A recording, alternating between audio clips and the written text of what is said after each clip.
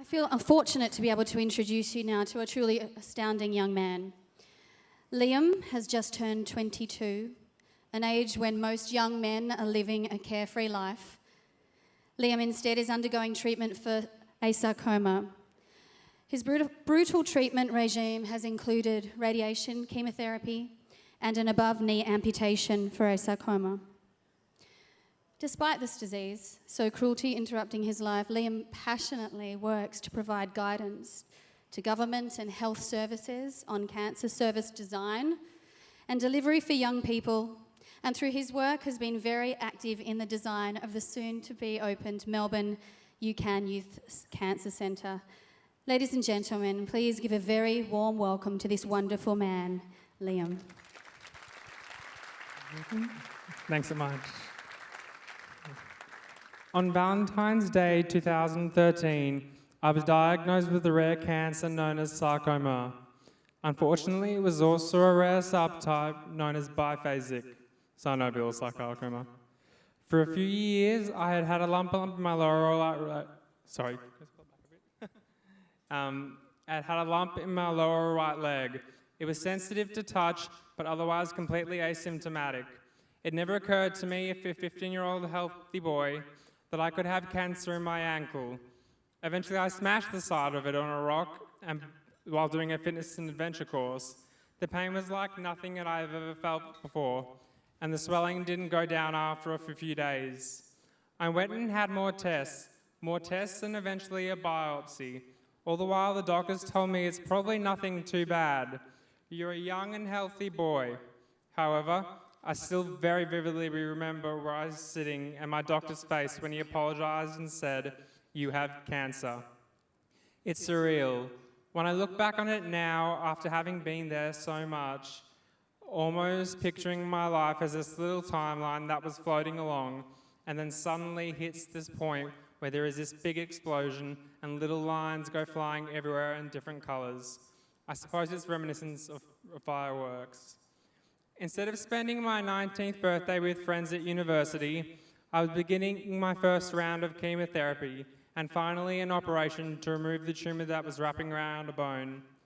The night before the operation, I felt a lump in my upper right leg. Scans showed that it was in fact a tumour that had spread to one of my lymph nodes and my lower abdomen. I thought I had it bad, but it was in the year to follow that I really learnt the meanings of suffering and living. I was told my cancer was incurable and asked if there were any things I had always wanted to do because now was the time to do it. I had a few options, but I elected to have more chemotherapy in hopes of slowing it down. A long and excruciating story short, I ended up getting cancer again in my calf. I'd already expected what was coming next. The doctors suggested the best thing to do now would be to amputate above the knee, which we did.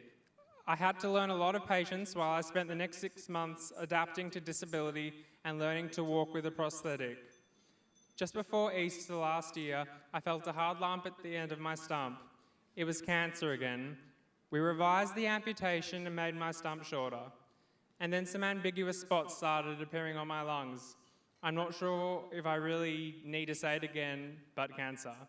Not long after, it was then decided that operating was no longer useful. Why keep cutting me open if the new ones were just going to appear?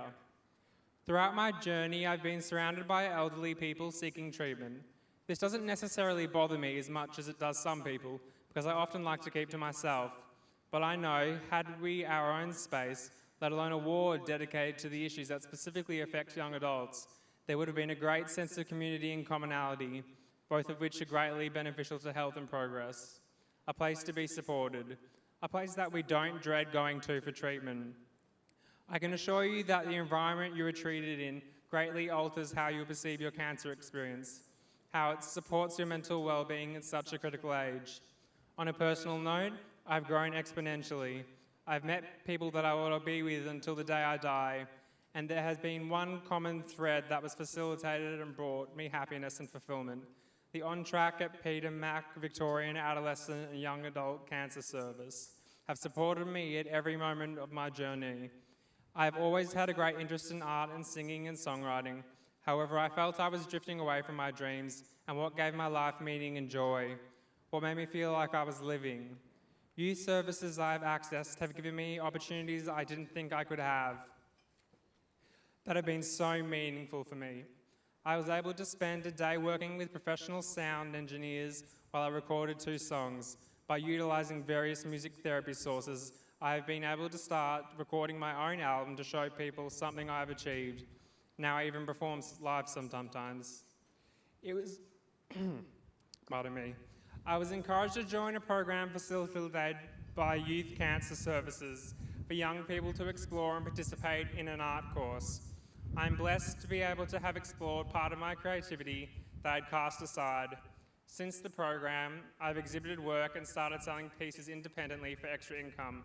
I now study a fine art course at VCA. Yes, the last few years I've been operating in some people's idea of a worst nightmare, but at times it has been my idea of a dream.